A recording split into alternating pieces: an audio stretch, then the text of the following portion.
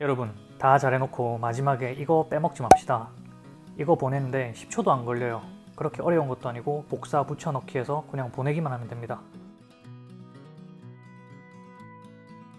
안녕하세요. 미국말 해주는 개구리입니다. 오늘 이야기해볼 주제는 미국 회사에서 면접 후에 꼭 해야 되는 부분인데, 이 부분을 많은 분들이 까먹거나 아니면 그냥 이거 그렇게 중요한 부분 아닌 것 같은데 싶어가지고 안 해버리는 그런 부분이 있어요. 그 부분에 대해서 한번 얘기해 볼 겁니다. 사실 저는 대부분 저의 경력을 미국에서 쌓은 편인데요. 그러다 보니까 이제 한국에서 직장에서 어떤 경로로 취직을 하는지, 어떤 면접을 보는지 그런 부분에 대해서 사실 조금 모르는 부분이 있어요. 근데 확실한 건 면접이거나 인터뷰를 보거나 끝나는 순간 여러분들이 항상 하는 말은 똑같을 거예요. 감사합니다 라고. 미국에서 똑같아요. 이제 몇 시간 동안 인터뷰를 끝나고 나면 감사합니다 라는 말을 꼭 하거든요. 한국에서는 아마 공채를 통해서 채용을 할 때 면접을 단체로 보거나 아니면 딱 정해진 스케줄에 따라서 인터뷰를 보고 면접을 보고 딱 이렇게 할 거예요. 물론 미국에서도 면접을 볼 때 스케줄이 짜여 있는 건 똑같아요. 근데 한국처럼 이렇게 단체로 뭐 수십 명 아니면 혹은 몇 명이라도 수십 명씩 이렇게 단체로 면접을 보는 게 흔하지가 않아요, 사실. 그러다 보니까 각 지원자들을 기억할 수가 있어요. 하루를 다 이렇게 할애를 해서 인터뷰를 하다 보니까 수십 명씩 단체로 공장식으로 면접을 하는 게 아니라 한 명씩 하다 보니까 당연히 기억에 남을 수밖에 없겠죠. 그러다 보니까 나의 인상을 어떻게 남길 것인가, 이게 굉장히 중요한 문제거든요. 이력서만 보고 판단을 하지 않아요. 그 모든 걸 종합해보고 판단하기 때문에 나의 인상이, 마지막 인상은 어떤가, 이것도 굉장히 중요하거든요. 그리고 면접이 끝났을 때 물론 다들 감사합니다라고 하겠죠. 근데 거기서 조금 더 차별화를 하려고 하면 땡큐노트라는 걸 꼭 보내야 돼요. 땡큐노트라는 게 굉장히 사소해 보이죠.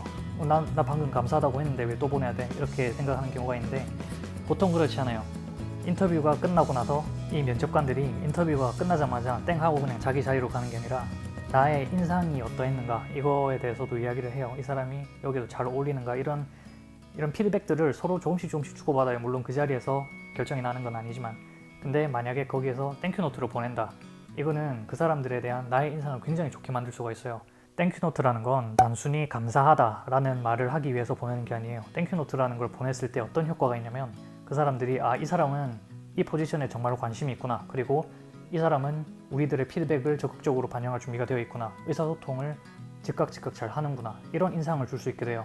저도 항상 땡큐노트를 보내는 편이에요. 땡큐노트를 보내면 회사에서 저한테 답장이 오거나 이런 피드백이 오는 타이밍이 정말로 빨라지거든요.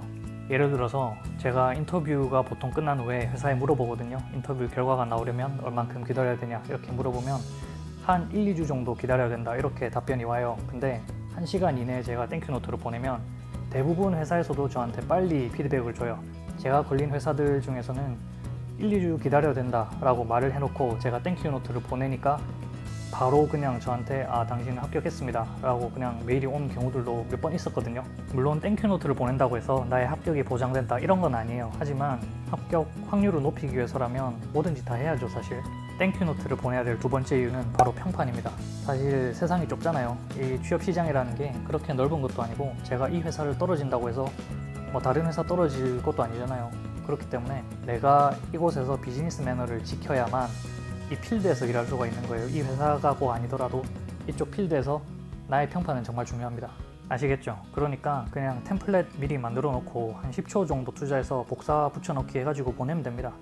10초 정도의 노력으로 투자해서 얻는 게 꽤나 많을 거예요. 다음 영상에서는 제가 면접이나 인터뷰를 볼 때 제가 주력으로 쓰는 딱 한 가지 전략에 대해서 이야기해 보도록 하겠습니다. 그리고 해외 취업에 대해서 조금 더 알고 싶으신 분들은 취업의 칼이라는 채널이 있던데, 거기가 정말 정리가 잘 되어 있는 것 같아요. 특히 제가 경험했던 부분들하고 비슷한 부분들이 상당히 많더라고요. 그래서 꽤나 신용이 가는 채널이라서 그 부분에서 더 알아보시고 싶은 분 있으면 시청해 주시면 될 것 같습니다. 시청해 주셔서 감사합니다.